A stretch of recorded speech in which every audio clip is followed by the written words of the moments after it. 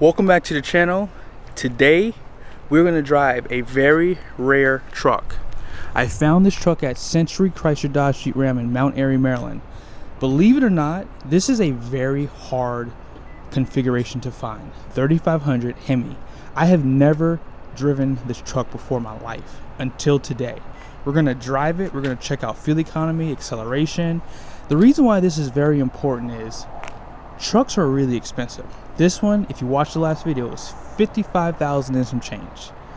I think that if you're not towing as often or as far as some people, I think this is truly the truck to get. Now, that's before I drive it. So I will give you my impressions because, as you know, the diesel weighs a lot more than the HEMI, or not a lot more, but it definitely weighs more. And you can feel that weight on the front end, which does help with how it rides going down the road. So in this truck, I've never driven it before, so we're going to figure out, does this truck have a decent ride if it's unloaded? Let's find out. Special thanks to Century here in Mount Airy. Be sure to give them a look up if you are looking for a Chrysler, Dodge, Jeep, or Ram.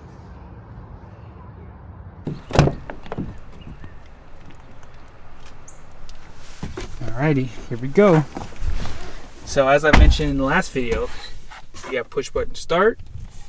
And here's the key for it too. I didn't show this to you last time. There's the key. Hopefully you guys can see it better there. Let's go ahead and, if you put it in accessory mode, you can't have your foot on the brake. And you can put it in a run without your foot on the brake. And if you put your foot on the brake, it'll start the beast up. So this does have the 8.4. And we are going to measure the temperatures in this video, all that good stuff. So we're going to be really following this. I am going to do a fuel economy run too, but I got to go put some fuel in this bad boy. Alrighty, I just reset the fuel economy and we are heading off. So I think that, as I've said in the past, buying a 3500 makes so much more sense versus the 2500 if you're looking at fifth wheels.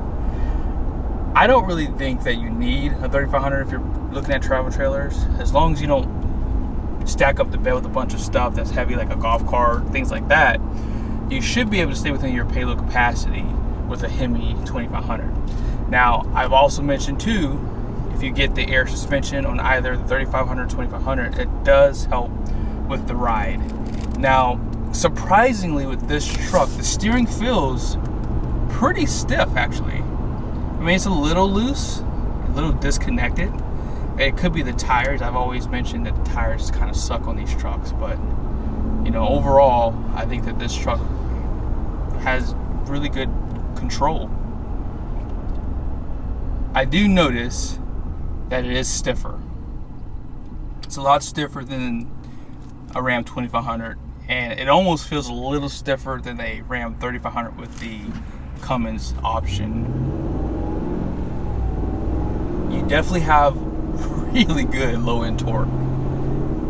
I can tell that having a higher axe ratio is going to really help, you know, with this truck. I mean, I'm going to hopefully get some grades. I'll accelerate up in a little bit, but you know, overall, like the bumps in the road, you can feel them. You know, the truck definitely feels a lot stiffer than the Ram 2500 by far. And this truck has a longer wheelbase too, so that's going to really affect it as well. But yeah, you can feel the bumps in the road. We're going to do an acceleration here in a second. You guys can see the miles per hour at the top right here.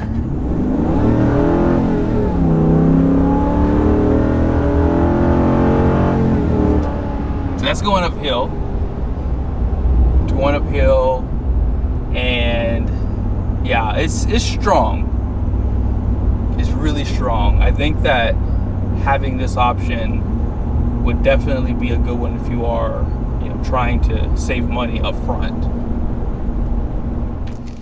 In the last video that I showed you guys, I showed you these numbers, so be sure to check it out. But this does have a 11,400 pound GVWR, and then here's your payload. 4167. So if you take the 11,400 pound GVWR and subtract it from the payload here, you'll get 7,233 pounds, which is what this truck weighs on the curb, basically. They call it the curb weight. So it still has a good amount of weight for it, despite it being a gas truck too, so just keep that in mind.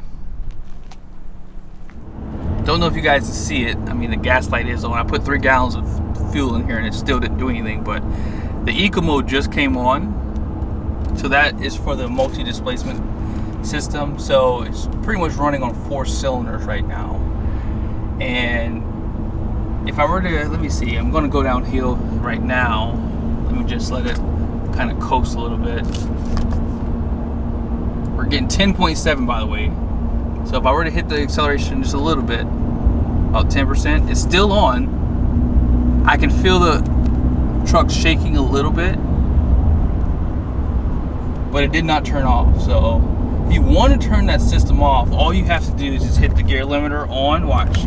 If you hit the gear limiter on, you can see down below, I'm in 8th gear, and it turned off the system. So if I turn it back off, it comes right back on. But you won't really see a lot of gain with that system until like you're driving for 45 minutes to an hour. But if I own this truck, based off what people have been saying on the Chevy side and on the Ram side, you know, having that MDS does cause some issues internally with the engine.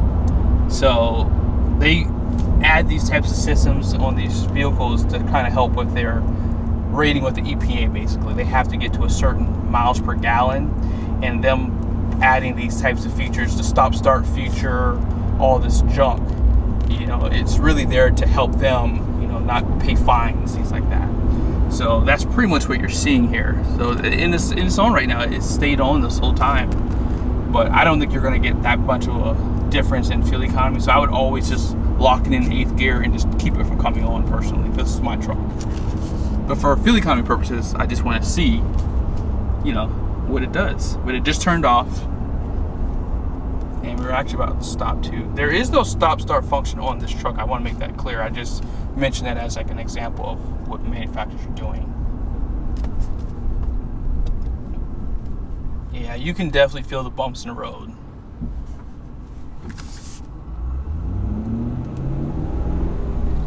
Yeah, the acceleration, it has that grunt. Yeah, if you're just driving to and from work, you know, short distance, this is another good option for you, because diesel's not good unless you're getting them on a highway for at least 10 minutes minimum. You get that engine warmed up, get that, you know, DPF hot, and keep it from, you know, clogging up. So again, this is still that option that you want. And even with this being a Tradesman, the interior, everything just looks nice. I would prefer, you know, getting a package to get a leather wrap steering wheel. I don't like the way the steering wheel feels. So that's probably the only thing I probably would consider, is maybe just, you know, I can't remember what package it's in, but there is an option to have a leather wrap steering wheel. But apart from that, the interior, these seats are comfortable. There's a lot of storage. This one has the auxiliary switches. So it's definitely packed with some good stuff. Alrighty, so there it is. This is the 6.4 liter HEMI.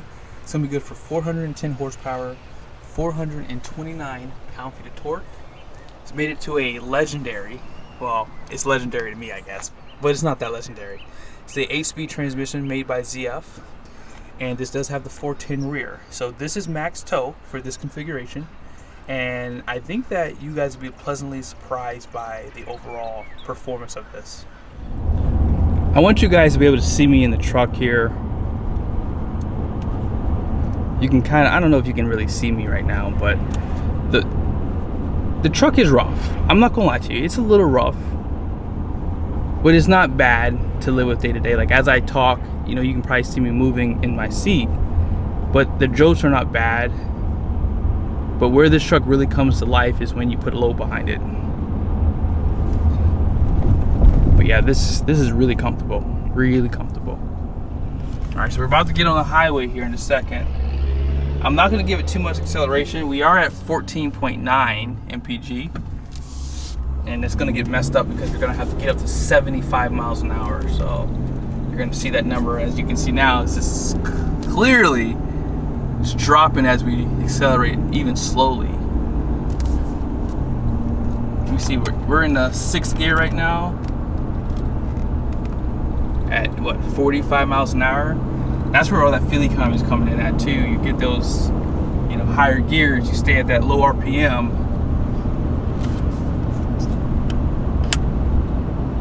You know, we're at about 7th gear at 55 miles an hour, but if you continue this to drive at that speed, it'll probably jump right into 8th gear.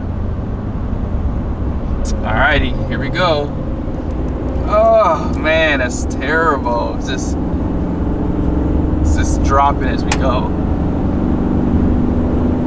Oh, this truck just jumped in front of me. So we'll have to keep it at 67 for a second. A little bit of wind noise hitting the front of the truck. Not bad. Alrighty, so at 75 miles an hour, we're at 2,000 RPMs.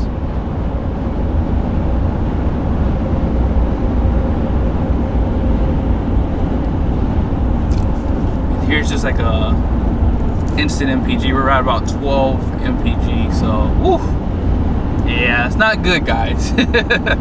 But I would say that on this same road with the acceleration I did, a diesel would probably be about maybe about 3 MPG better than this. But where it would really walk away from this is on the highway. I think that, well, even in the city, it would walk away from it on the city too. But yeah, this truck, it's really easy to control. The steering is a little light. I would like it to be a little bit stiffer, but it's not bad though. Let's check out your temperatures. So we're at 215 for the coolant.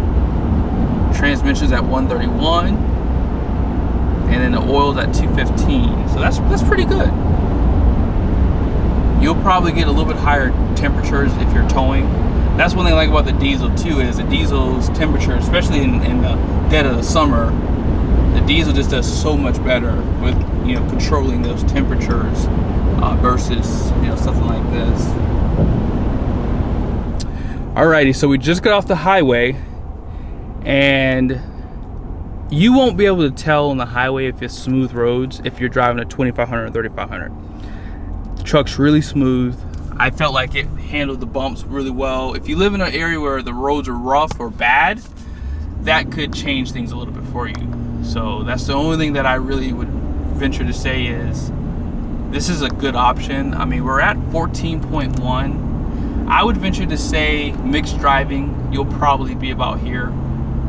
We're almost back to the dealership. We've driven 10.7 miles. Let's see, 13.9. I'm gonna put it in cruise control really quickly. At 55.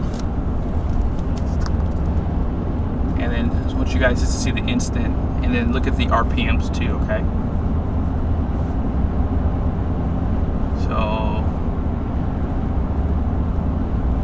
So figure 15 or 16 cruising. Like, I'm going up a little bit of a incline here. But figure 15 or 16 is about what you're gonna get. But we're about, what, 1,500 RPMs. Yeah. You can't feel the shifts. Like, it's downshifting right now. You don't even feel them. You don't even feel them. Alrighty. 14.2, 11.8 miles, 15 minutes.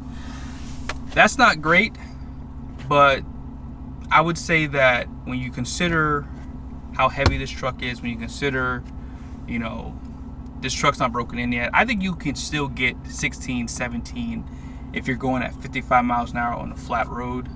But I would not expect much more than what you're seeing, you know, with the drive I just did. There's a lot of hills out here. I'm in Mount Airy, Maryland, and you're just gonna encounter a lot of grades. So with that being said, I think 14 combined is about what you're gonna see with a truck like this. But overall, ride comfort is definitely stiffer than what you will get on a, you know, Ram 2500. But if you need the capacity, you have to go to these bigger trucks. I mean, if you don't want a bigger truck like this, you're gonna have to get a smaller trailer.